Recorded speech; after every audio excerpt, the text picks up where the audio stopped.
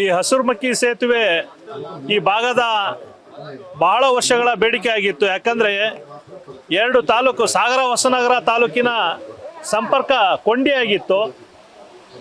ಈ ಹಿನ್ನೀರು ಅಂದ್ರೆ ಶರಾವತಿ ಅಣೆಕಟ್ಟೆ ಆದ ನಂತರದಲ್ಲಿ ಸೇತುವೆ ಮಾಡಲಿಕ್ಕೆ ತುಂಬಾ ಪ್ರಶಸ್ತವಾದ ಸ್ಥಳ ಯಾವುದಾಗಿತ್ತು ಅಂದ್ರೆ ಅದು ಈ ಹಸುರುಮಕ್ಕಿ ಕಡುವಾಗಿತ್ತು. ಆದರೆ ಈ ಭಾಗದ ಜನರೆಲ್ಲ ಹೋರಾಟ ನಿರಂತರವಾಗಿ ಮಾಡ್ತಾ ಬಂದ ಪರಿಣಾಮ ಮಾನ್ಯ ಕಾಗೋಡು ತಿಮ್ಮಪ್ಪನವರು ಸಚಿವರಾದಂಥ ಸಂದರ್ಭದಲ್ಲಿ ಈ ಒಂದು ಸೇತುವೆಗೆ ಚಾಲನೆಯನ್ನು ಕೊಟ್ಟರು. ಆ ನಂತರದ ದಿನಗಳಲ್ಲಿ ಈ ಸೇತುವೆ ಮಂದಗತಿಯಲ್ಲಿ ನಡೆಯುತ್ತಾ ಈಗ ಮಾನ್ಯ ಶಾಸಕರಾದ ಗೋಪಾಲ್ ಕೃಷ್ಣ ಅವರು ಈ ಒಂದು ಕಾಮಗಾರಿಗೆ ವೇಗವನ್ನು ಕೊಟ್ಟಿದ್ದಾರೆ. ಈ ಒಂದು ಸೇತುವೆ ಆಗೋದ್ರಿಂದ ನಾವು ಏನು ಘಟ್ಟದ ಕೆಳಗೆ ಕೊಲ್ಲೂರು ಮತ್ತು ಬೇರೆ ಬೇರೆ ಪ್ರವಾಸಿ ಸ್ಥಳಗಳಿಗೆ ಹೋಗ್ಲಿಕ್ಕೆ ತುಂಬಾ ಅನುಕೂಲ ಆಗುತ್ತೆ. ಸಾಗರ ಹೊಸನಗರ ಜನಗೆ ಬಹಳ ಅನುಕೂಲ ಆಗುತ್ತೆ.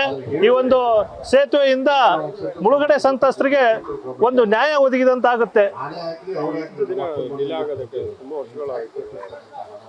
ಈ ತಡ ಆಗೋದಕ್ಕೆ ಕಾರಣ ಅಂತಂದ್ರೆ ರಾಜಕಾರಣ ಅಂತ ಹೇಳ್ಬೋದು. ಯಾಕಂದ್ರೆ ಮಾನ್ಯ ಕಾಗೋಡು ತಿಮ್ಮಪ್ಪನವ್ರು ಶುರು ಮಾಡಿದಂತ ಈ ಸೇತುವೆಗೆ ಹಿಂದಿನ ಸರ್ಕಾರದಲ್ಲಿ ಯಾವುದೇ ತರದ ಅನುದಾನ ಆಗ್ಲಿ ಕಾಮಗಾರಿ ಪ್ರಗತಿ ಆಗ್ಲೇ ಇಲ್ಲ. 5 ವರ್ಷ ತಟಸ್ಥವಾಗಿ ಹಾಗೆ ನಿಂತಿತ್ತು.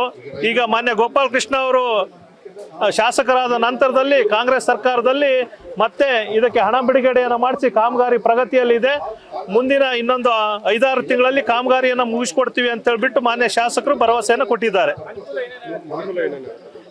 ಇದು ನಮಗೆ ಸಾಗರ ಸೊರಬ ಈ ಭಾಗದ ಜನರಿಗೆ ಏನು ಘಟ್ಟದ ಕೆಳಗಡೆ ಅಂತ ಹೇಳ್ತೀವಿ, ಕೊಲ್ಲೂರು ಧರ್ಮಸ್ಥಳ ಈ ಭಾಗಕ್ಕೆ ಪ್ರವಾಸಕ್ಕೆ ಹೋಗ್ಲಿಕ್ಕೆ ಬಂತು, ಧಾರ್ಮಿಕ ಸ್ಥಳಗಳಿಗೆ ಹೋಗ್ಲಿಕ್ಕೆ ತುಂಬಾ ಅನುಕೂಲ. ಜೊತೆಗೆ ನಾವೇನು ಮಣಿಪಾಲಿಗೆ ಆಸ್ಪತ್ರೆ ಹೋಗ್ತೀವಿ ಅದಕ್ಕೂ ಕೂಡ ತುಂಬಾ ಅನುಕೂಲ ಆಗುತ್ತೆ.